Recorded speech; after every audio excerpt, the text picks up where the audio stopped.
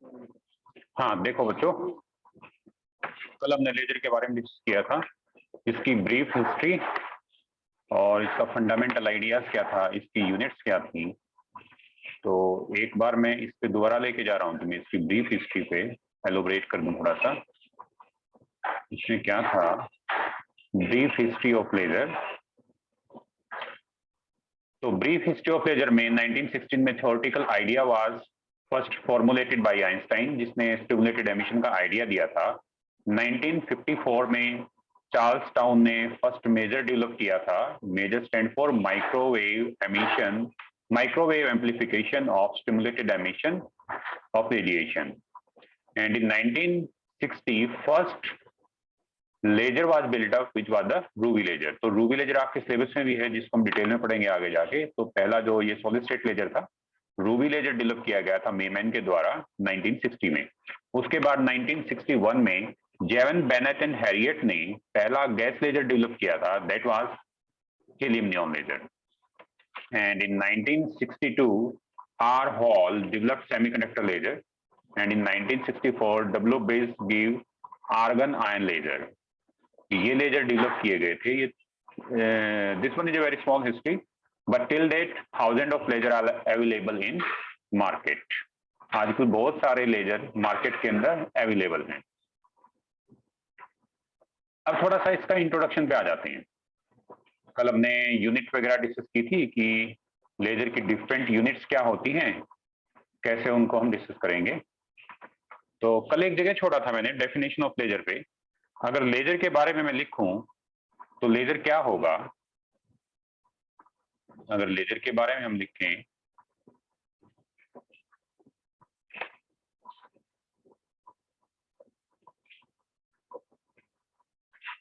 तो लेजर एक एक्रोनम था। ठीक है, जैसे बोलते हैं इस चीज की फुल फॉर्म क्या है, तो लेजर के हर एक वर्ड का अलग से मीनिंग है। तो लेजर का मीनिंग क्या है, light amplification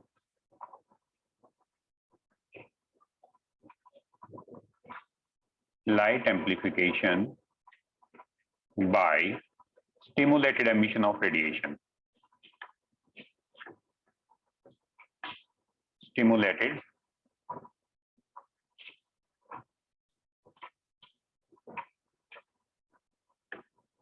emission of radiation।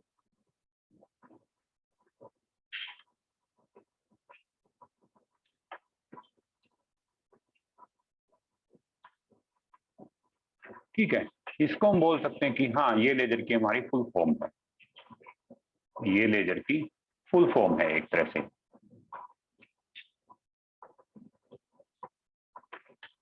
ठीक है, अगर लेजर की एक मीनिंगफुल वे में इसको एक्सप्रेस करवाएं, लेजर को एक मीनिंगफुल वे में एक्सप्रेस करवाएं, तो लेजर क्या हो जाएगा,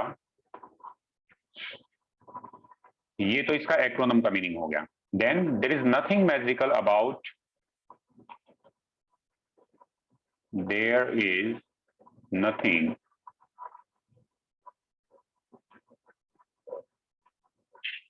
magical about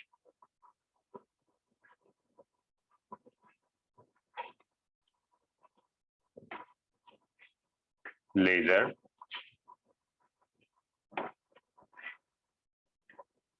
It can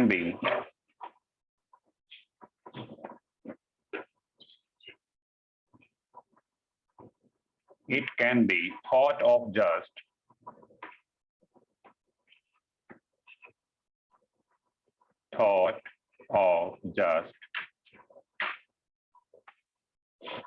another type of optical source। ये कल हमने बताया था डिटेल में, another type of optical source इसको बोल सकते हैं, optical source.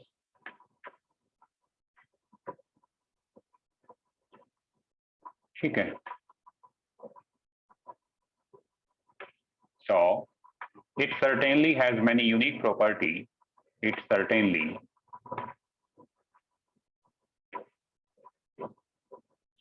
has many unique properties has many unique properties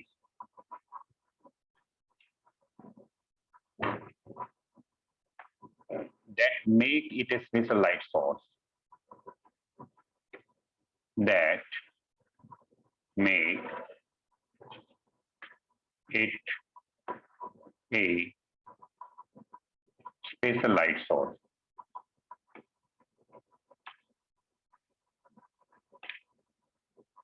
किसकी कुछ यूनिक प्रॉपर्टी होती हैं जो इसको स्पेशल लाइट सोर्स बनाती है, ठीक है। So nothing magical about the laser, कोई ऐसा नहीं है कोई जादुई चिराग है laser. It can be thought of just another type of optical source which has certainly many unique properties that make it a special light source, यानी कुछ अलग से इसकी प्रॉपर्टी रही होंगी जो इसको एक यूनिक लाइट सोर्स बताएंगी, ठीक है। तो आगे चल के उन्हीं प्रॉपर्टीज को हम डिस्कस करेंगे, आगे चल के उन्हीं प्रॉपर्टीज को डिस्कस करेंगे कि ऐसी स्पेशल प्रॉपर्टीज कौन सी हैं, ठीक है। तो उससे पहले हम इसकी एक सिंप्लीफाइड वे में डेफिनेशन देखें।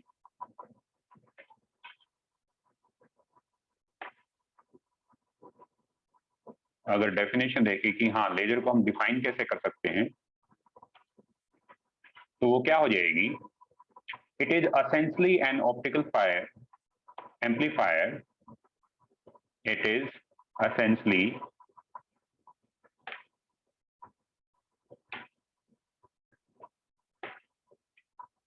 an optical amplifier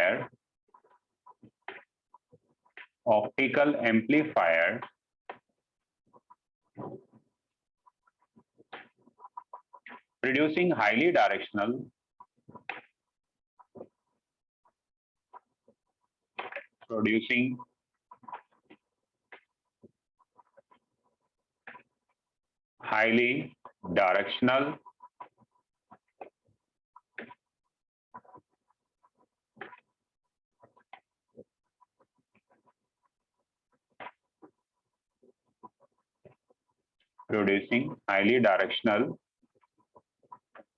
ठीक है, monochromatic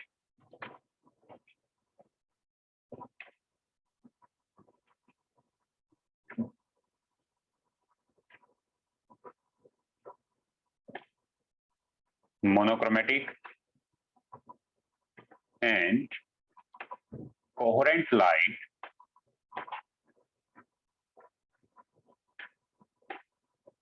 coherent light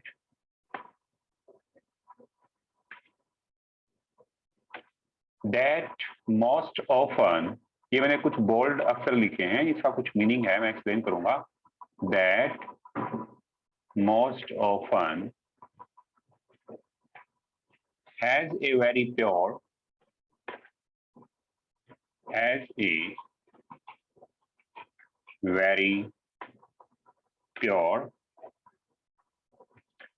frequency or wavelength.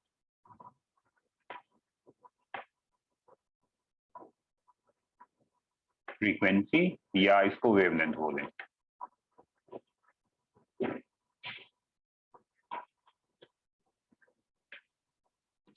ठीक है, देखो क्या है।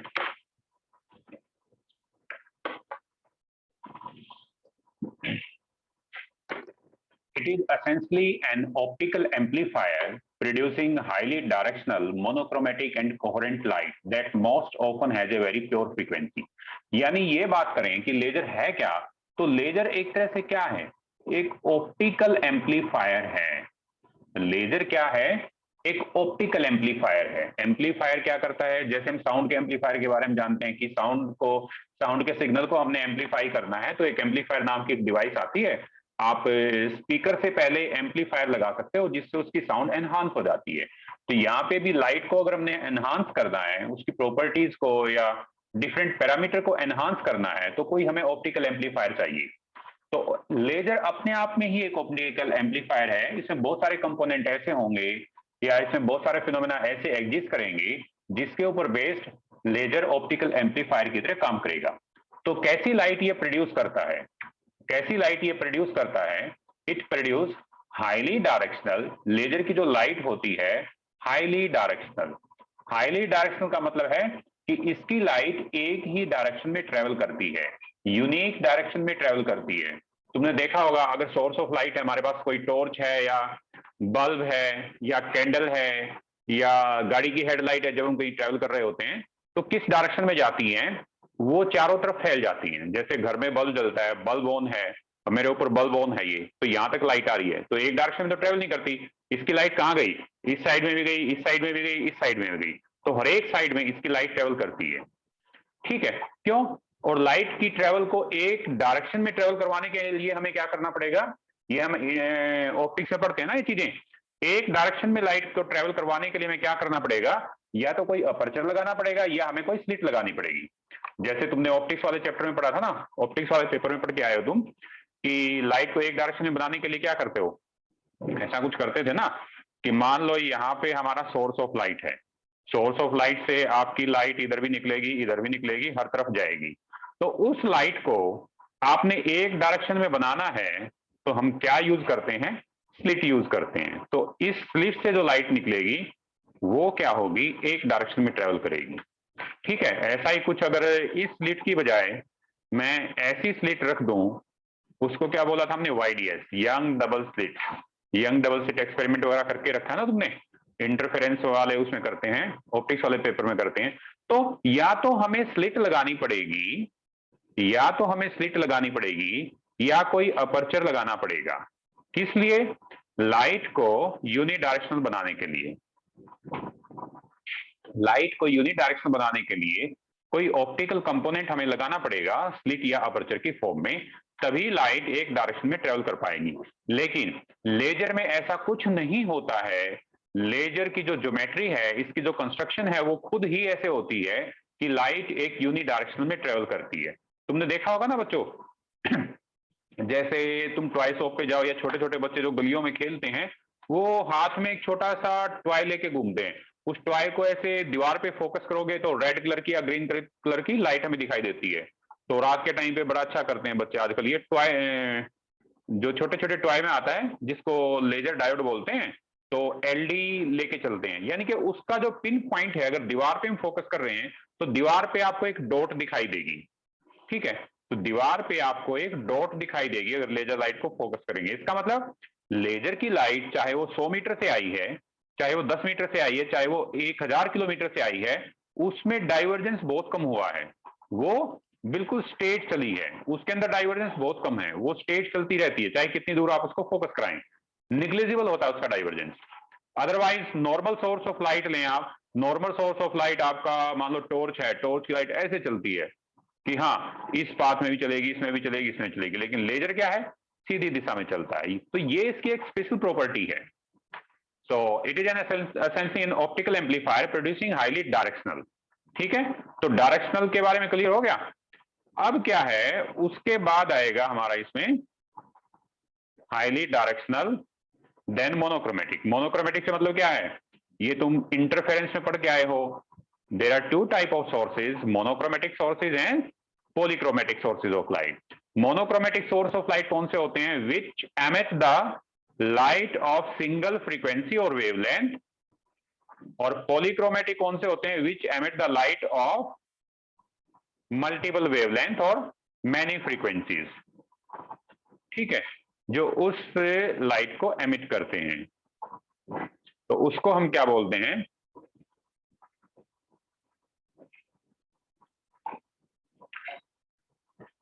पॉलीक्रोमेटिक। ठीक है, तो मोनोक्रोमेटिक कौन सा होगा, मोनो से मतलब क्या है, सिंगल। क्रोमेटिक मतलब, ये क्रोमेटिक मतलब लाइट से रिलेटेड है। मोनोक्रोमेटिक जो सिंगल वेवलेंथ मैं लैम्डा से लिख रहा हूं सीधा, या फ्रीक्वेंसी दें, ये डिवाइड बाई नहीं है, ये ऑब्लिक है, इसको बंद कर देता हूं। जो सिंगल वेवलेंथ या फ्रीक्वेंसी एमिट करे ऐसे सोर्स, उस सोर्स को हम क्या बोलेंगे, मोनोक्रोमेटिक। पॉली का मतलब है मैनी, बहुत सारी वेवलेंथ, मैनी वेवलेंथ, बहुत सारी वेवलेंथ जो एमिट करवाए, उसको हम क्या बोलेंगे, पॉलीक्रोमेटिक। तो पॉलीक्रोमेटिक मतलब जैसे हमारा विजिबल सोर्स ऑफ लाइट है, विजिबल सोर्स ऑफ लाइट है, विजिबल सोर्स ऑफ लाइट में कितने हैं, 7 कलर हैं आपके, ठीक है। तो ये जो 7 कलर्स हैं, इसका मतलब क्या है, वी गॉट द वेवगाइड, और वेवगाइड क्या होता है, एक पॉलीक्रोमेटिक सोर्स से रिप्रेजेंटेशन करता है, ठीक है। तो विजिबल लाइट हमें जो मिलेगी उसमें मल्टी कलर होंगे, और विजिबल लाइट के सोर्स को हम क्या बोलेंगे, polychromatic source, that will be known as polychromatic source of light. खैर इन सब चीजों को हम डिटेल में ही पढ़ेंगे। फिर आता है उसके बाद कोरेंट लाइट। कोरेंट को अभी एक्सप्लेन करने के लिए इस टाइम पे छोड़ रहा हूं मैं, नेक्स्ट लेक्चर में कोरेंट पे हम अच्छे डिटेल में डिस्कस करेंगे। अभी तो सिर्फ यहां समझ, इसके बारे में सिर्फ ये चीज समझो कि कोरेंट से मतलब यहां पे क्या है, कोरेंट से मतलब यहां पे क्या है,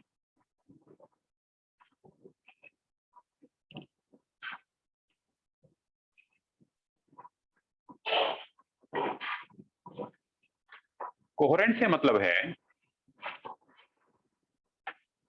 कि जो भी वेव ट्रेवल करती है लाइट की, that should be in phase, या आउट ऑफ फेज ना हो, इन फेज हो, और कांस्टेंट फेज डिफरेंस मेंटेन करके रखें, कांस्टेंट फेज डिफरेंस मेंटेन करके रखें, उस चीज को हम क्या बोलेंगे, कोरेंट बोलेंगे। अदरवाइज आगे जाके इसको डिटेल में पढ़ना है हमने, ठीक है। अब बात आती है प्योर फ्रीक्वेंसी और वेवलेंथ मोनोक्रोमेटिसिटी से रिलेटेड है। इसमें एक पॉइंट छूट गया, हाईली इंटेंसिव बोलना था हमें, इसमें एक पॉइंट छूट गया इस डेफिनेशन में, हाईली इंटेंस में यहां लगा देता हूं इसका, ठीक है। हाईली इंटेंस मतलब जिसकी इंटेंसिटी हाई है,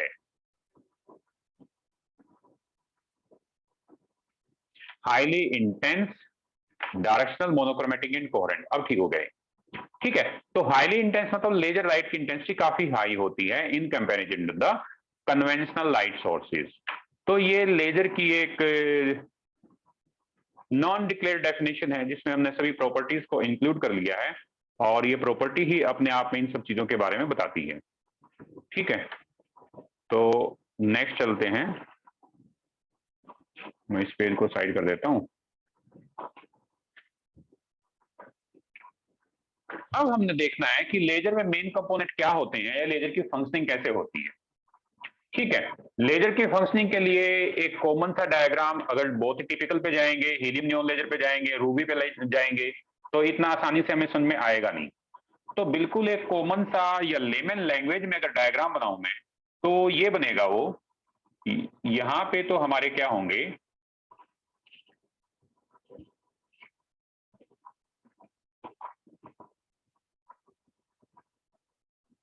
यहां पे तो हमारे क्या होंगे, मिरर होंगे।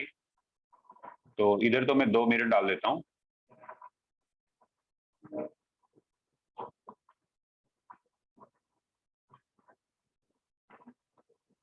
सिमिलरली 2 मिरर में इधर डाल, एक मिरर इधर डाल देता हूं, ठीक है। इसको मैं मिरर M1 बोलता हूं, इसको मैं मिरर M2 बोलता हूं। भी थोड़ा सा लाइन टेढ़ी हो जाती है इसमें, रुको, इसको मिरर M1 बोला हमने, बाप रे फिर टेढ़ी हो रही,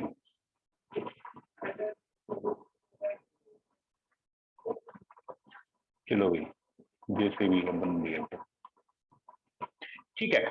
और इसके बीच में ये जो पैरामीटर है, इसके बीच में ये जो पैरामीटर है, इसमें क्या है,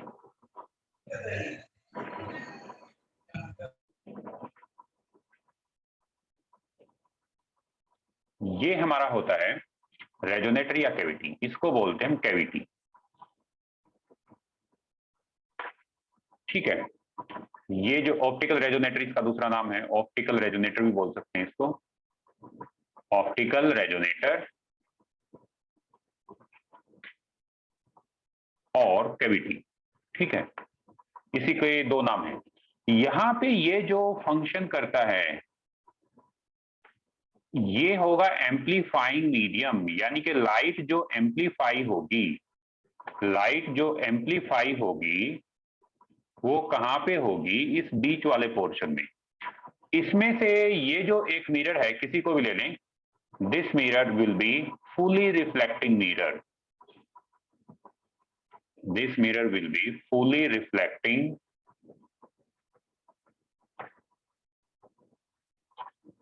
mirror. और ये जो मिरर होता है, this will be partially reflecting mirror. Partially reflecting mirror. ठीक है, तो ये सिंप्लीफाइड डायग्राम है। इससे सिंप्लीफाइड डायग्राम और नहीं बना सकता मैं, बिल्कुल एक सिंप्लीफाइड डायग्राम है। लाइट क्या है, जो फोटोन है यहाँ पे टू एंड फ्रो इससे स्ट्राइक करते रहेंगे मिरर से, तो इनकी डायरेक्शन में इधर भी दिखा रहा हूं और इधर भी, यानी कि मिरर से टकराएंगे और वापस इसके अंदर से घूमते रहेंगे। जब वो घूमते रहेंगे तो लाइट एम्पलीफाई हो जाएगी और यहां से some photon will be partially transmitted. तो जो आउटपुट लेंगे हम लेजर लाइट की, आउटपुट ऑफ लेजर लाइट वो हमें इस साइड से मिलेगी। आउटपुट ऑफ लेजर लाइट हमें इस साइड से मिलेगी। ठीक है, देखो इस डायग्राम में क्या है। इस डायग्राम के अंदर हमारे पास दो मिरर हैं। इन मिरर का फंक्शन क्या, प्लेन मिरर है, these are the plane mirror. इन मिरर का फंक्शन क्या है, एक पहले वाला मिरर तो ये जो M1 है, this M1 is fully reflecting, मतलब इसके अंदर जो भी लाइट घूमेगी ना वो इससे टकरा के इस साइड जाएगी, वो इससे टकरा के वापस ही जाएगी। ये जो मिरर है वो पार्सली रिफ्लेक्टिंग है, मतलब कुछ लाइट का पार्ट तो इसके अंदर ही वापस हो जाएगा और कुछ लाइट का पार्ट इससे बाहर निकल जाएगा। इसीलिए इसको इसने क्या बोला है, पार्सली रिफ्लेक्टिंग मिरर बोला है।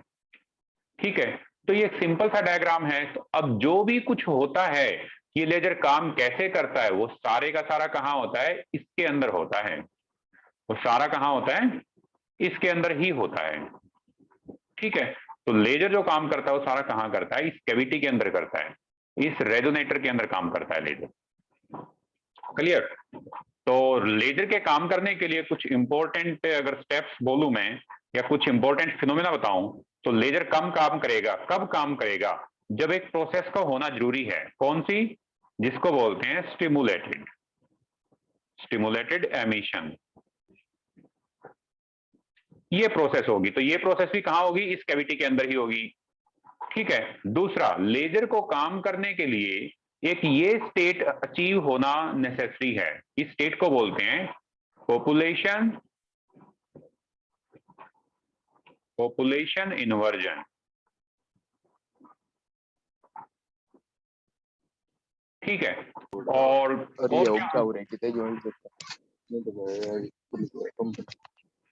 ये माइक में खड़ी थी, वो कुछ कंपनी खुला बैठी थी।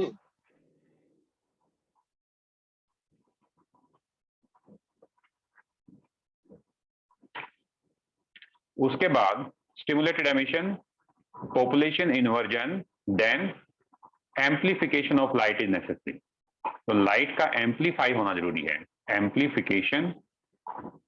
तो एम्प्लीफिकेशन कब होगी लाइट की, जब हमारी प्रॉपर मिरर ज्योमेट्री और कैविटी प्रॉपरली अलाइन होगी, और बहुत सारी चीजें इसमें आएंगी जब हम इसमें डिस्कस करेंगे। ठीक है, स्टिमुलेटेड एमिशन के साथ साथ दो प्रोसेस और होती हैं जिसको बोलते हैं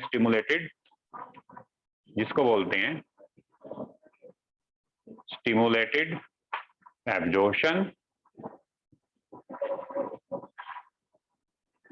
प्लस स्पॉन्टेनियस एमिशन। ये प्रोसेस भी इसके साथ में ही होती है।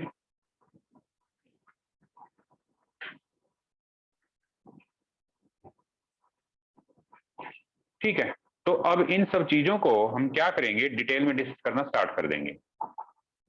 एक बात थी इसकी कि इसको स्पेशल सोर्स बोलते हैं लेजर को। ऐसा स्पेशल सोर्स हम क्यों बोलते हैं, क्योंकि लेजर की कुछ इंपॉर्टेंट एप्लीकेशंस होती हैं।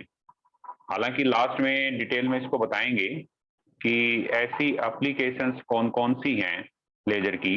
वैसे लेजर कहाँ काम आता है, for designing of the CD, compact disc को डिजाइन करते हैं, वहां काम आता है। और चेकआउट स्कैनर, जब मॉल वॉल में जाते हो ना तुम, तो मॉल में जो तुम्हें स्कैन करते हैं चीजें, चेकआउट स्कैनर, तो वहां पे भी लेजर लाइट यूज होती है। ठीक है। सर्वे इंस्ट्रूमेंट जो रोड बनाते हैं या और कोई सर्वे करते हैं, अलाइनमेंट रिलेटेड जो भी सर्वे करते हैं, अलाइनमेंट रिलेटेड जो भी सर्वेइंग होती है वो सारी लेजर की हेल्प से होती है। और मेडिकल इंडस्ट्री में तो दुनिया भर का यूज है। मेडिकल जो इंडस्ट्री है उसमें तो बहुत सारी एप्लीकेशन है लेजर की। आप देखते होंगे कि लेजर सर्जरी आई की जब की जाती है with the help of laser है, कोई स्कार को बर्न करना है, स्किन वाला डॉक्टर लेजर का यूज करता है, एंडोस्कोपी करते हैं या और भी जो भी सर्जरी करते हैं, सारी सर्जरी इंस्ट्रूमेंट्स में आजकल लेजर की सर्जरी काफी इंपॉर्टेंट है। तो लेजर बहुत जगह यूज होता है। क्यों यूज होता है? क्योंकि लेजर यहाँ पे किस तरह से काम करता है,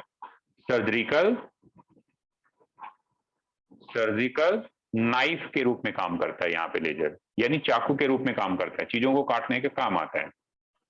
ठीक है।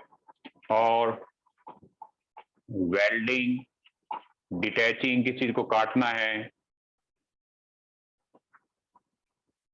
मेडिकल में हो चाहे इंडस्ट्री पर्पज से हो, वहां भी लेजर यूज होता है। और कम्युनिकेशन सिस्टम में रडार है, सोनार है, सबमरीन्स हैं, तो वहां पे जो कम्युनिकेशन सिस्टम एस्टेब्लिश करना है वहां पे भी क्या काम आता है, लेजर काम आता है। ठीक है। आपका रडार में यूज होता है।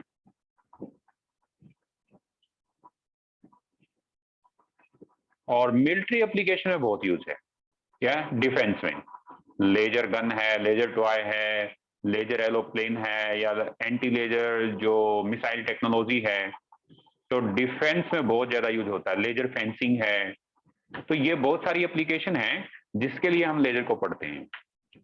ठीक है। तो आज मैं इतना ही कराऊंगा, बाकी हम नेक्स्ट लेक्चर में करेंगे इसको।